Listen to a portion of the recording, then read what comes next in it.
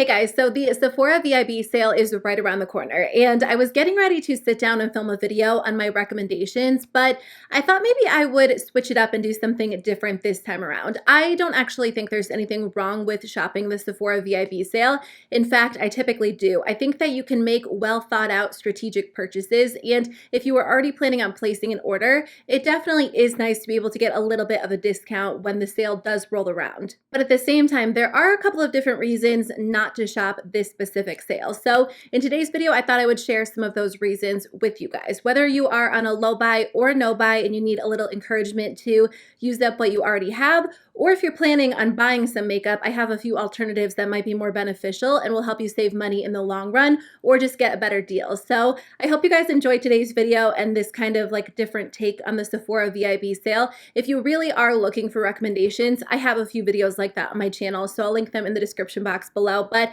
I kind of wanted to, share a different perspective. Okay, so I wrote the reasons down just so I can hopefully stay on track with this video, but the first reason is that a lot of times the actual retailers, like the individual brands, offer a better discount than you'll actually get during the Sephora VIB sale. Sephora typically offers like 10, 15, or 20% off depending on your status. Now to get the top number, 20% off, you typically have to be VIB Rouge, which means you have to spend over $1,000 in a calendar year, and that's just not practical for everybody. Other members are offered like 10 to 15% off, which again does add up for sure. But at the same time, if you go to the individual retailers, you can actually get sometimes 20% off if you just sign up for their email list. I was on the websites last night just typing in random ones to see what they offered.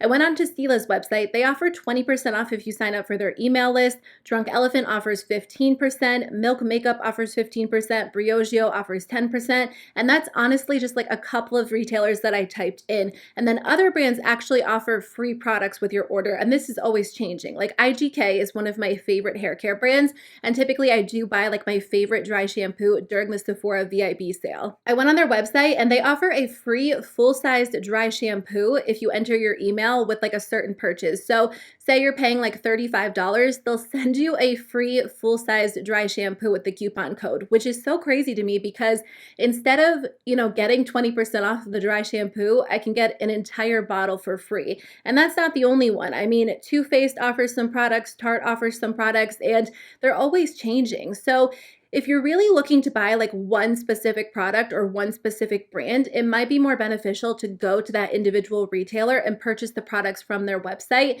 and type in a coupon code, sign up for their email list, and get a little bit more of a significant discount. Sometimes these brands even offer 20% off during the Sephora VIB sale because they're kind of trying to compete with Sephora in a way and get you to shop from their website. So if you're only getting 10 to 15% off at Sephora, it might be more beneficial to go to their website. Another bonus tip is that sometimes if you add products to your account or to your cart and you wait a day or two, sometimes brands will actually email you a discount code to try to get you to check out. Not always, but that is sometimes a strategy that brands do. So that is the first reason I wanted to share with you guys, that it might be more beneficial to shop from the individual retailers instead of Sephora. Okay, so reason number two is one that I think is kind of important. I think it's important not to let Sephora or retailers or brands dictate when we spend our money. And it definitely comes down to personal responsibility. I'm not blaming the brands. I'm not blaming Sephora and saying that they are forcing us to spend our money, because you have to be responsible for how you spend your money. But I think that this time of the year can be a very expensive time of the year when it comes to like holiday parties and gift giving. And if you want to do something like fun and holiday related, I don't know, it just always seems to be very expensive for me personally without adding on additional makeup purchases. And so many of the brands and the retailers are really capitalizing on the holiday season and trying to get us to spend our money because that's their job. They're in the business of making money. But if you don't have the room in your budget to spend money, then you might want to wait. It's always better to pay full price when you actually have the money rather than get something for a discount when the budget is tight or you're going to have to put it on a credit card. I think that sometimes we're tempted to justify our purchases by saying that we're saving money, we're getting 20% off, so it's okay. But if you don't actually have the money in your budget, or it's going to make things a little bit more tight and uncomfortable for you, it might be worth it to wait until you have the room in your budget and things are a little bit more comfortable. I would even argue that it's better to pay full price later on if that's the case. But like I said, reason number one, you might be able to sign up for an email list, get a coupon code, and then save money down the line as well. So just because a sale rolls around, try not to justify it in your mind and make it the ideal time to spend money if it's not an ideal time for you. Okay, so reason number three for me is that if you have access to an Ulta, I definitely think it's better to shop there. Now, I realize not everybody has access to Ulta and not all brands that Sephora carries are sold at Ulta, but if at all possible, I do recommend shopping at Ulta Beauty. And it's because Ulta's point system is so much better. And this has always been something that I feel like is very well known, but I feel like in 2019, I've made more of an effort to purchase my products at Ulta whenever possible.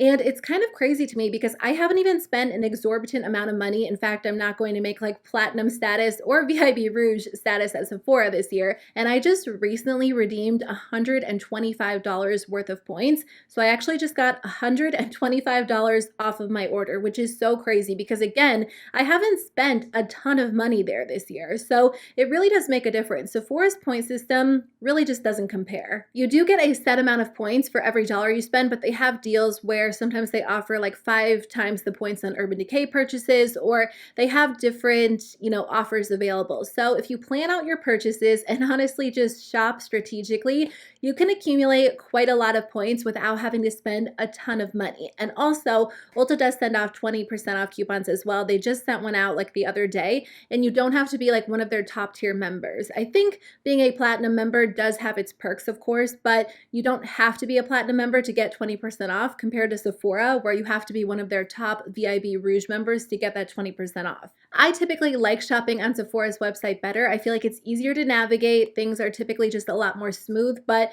because I can save a lot more money in the end on Ulta's website, I do recommend shopping there whenever possible. Reason number 4 that you might want to skip the sale is if you are just looking to buy some holiday sets. I know a lot of people use the VIB sale as an opportunity to restock some of their favorite products that they go through all the time, like a brow pencil, a face wash, like things that you typically use and pay full price for, and I totally get it. I think that is a good way to take advantage of the sale, but I know the November sale is sometimes tempting because a lot of the new holiday sets have recently been released. So you think that maybe you can get them for a discounted price. And, honestly, a lot of these sets go on sale for a super discounted price after the holiday season. So if you're just willing to wait like 2 months, you might be able to get them for like 30, 40, 50% off once once the holidays are over. It's not the case for every set. So if there is something that you really want and you really think you'll use, I don't think there's anything wrong with buying it. But if there's something that like you're kind of eyeing, you're a little bit interested in, you might not love it, or you won't use everything in the entire set, then I recommend just waiting because chances are you'll be able to get it for a discounted price once Sephora has to, mark everything down because they have to get rid of the inventory one way or another. And sometimes you can even find it on like discount websites, which is my next point. My next recommendation is to check Nordstrom Rack. I believe they have products in stores as well, but I don't have a Nordstrom Rack where I live, so I typically shop on the Nordstrom Rack website, but they offer significant discounts on beauty products. Not just beauty products like home decor, clothing, but the beauty section is full of products that you can get for like 40, 50, 60% off. So sometimes they have limited edition products. Like I was just on there the other day and I noticed that the Urban Decay Game of Thrones palette was available for a super discounted price. Yeah, it's still on there. It's $29.97. It regularly retails for $65 and it was limited edition. So you might not be able to even find it at Sephora and Ulta.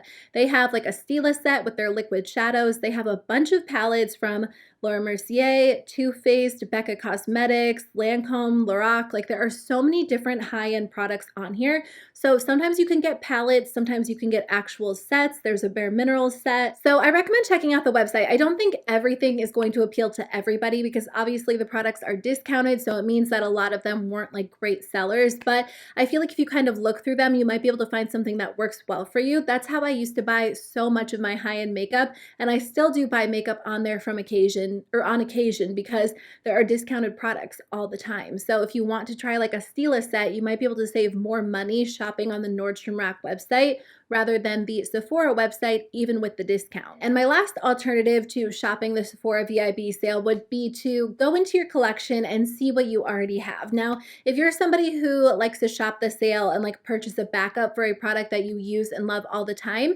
it might actually be fun to see if there's something else in your collection that you can use instead of purchasing the same product over. That's something that I've been trying to do so much in 2019, and it's been really beneficial. So if I run out of my favorite bronzer, instead of automatically going online and purchasing a backup or repurchasing it, I'll go and see what other bronzers I have and try to see if I can find something to replace it. I've been able to rediscover my love for a lot of my older favorites doing that, and I've been able to save so much money because I'll just use something that I already have and fall back in love with it. It doesn't always work out like that, and sometimes I realize that I just love the bronzer or the foundation so much that I do want to repurchase it.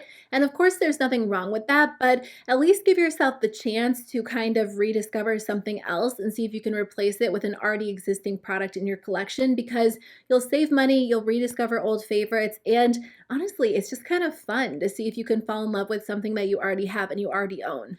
Okay guys, that is the end of my video. I hope you guys enjoyed today's video. I just wanted to present you with a little bit of a different perspective. I know a lot of you guys are on low buys or no buys, or you're just trying to make more well-informed, thought-out purchases. And I think that's so admirable. I really do commend those of you that are really trying to be smart with your purchases and your collection. So I hope today's video was helpful. Thank you guys so much for watching. I really do appreciate it. And I'll see you on Saturday with a new video. Bye.